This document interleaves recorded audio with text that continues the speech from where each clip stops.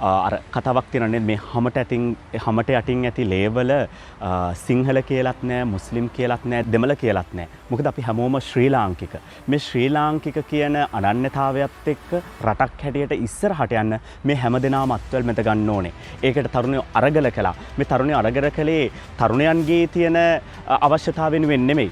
රටක් හැටියට ඉස්සරහා යන්න රටේ තියෙන අවශ්‍යතාවයන් වෙනුවෙන් තමයි තරුණයන් අරගල කළේ. අපි දකිනවා සමහර වෙලාවදී මේ ඡන්දෙ කිට්ටු වෙනකොට සමාජය තුළ විවිධ ජාතිවාදී ආගම්වාදී දේවල් සමාජය තුළ ඉස්සරහට මතුවලා එනවා. එතකොට මෙන්න මේ දේවල් අපි අවම කරලා රටක් හැටියට අපි ඉස්සරහට යනවා නම් සිංහලද මුස්ලිම්ද දෙමළද බර්ගද කියලා මේක අදාළ නැහැ අපිට.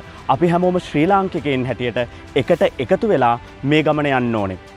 ඒකට මේ තරුණ කණ්ඩායම් එකට අත්වැල් බැඳගෙන විවිධ වැඩසටහන් දියත් කරන්න. ආගමික සහජීවනයේ පැත්තෙන් වෙන්න පුළුවන්, සමාජයේ පැත්තෙන් වෙන්න පුළුවන්. ඉතින් අපි එකතු වෙමු, එකතු වෙලා වැඩ කරමු. හැමෝගෙම මේ තරුණ ජවය ඉස්සරහට අරගෙන මේ රට වෙනසක් කරලා වඩා යහපත් වූ හෙට දවසක් වෙනුවෙන් අපි සුන්දර රටක් නිර්මාණය කරමු.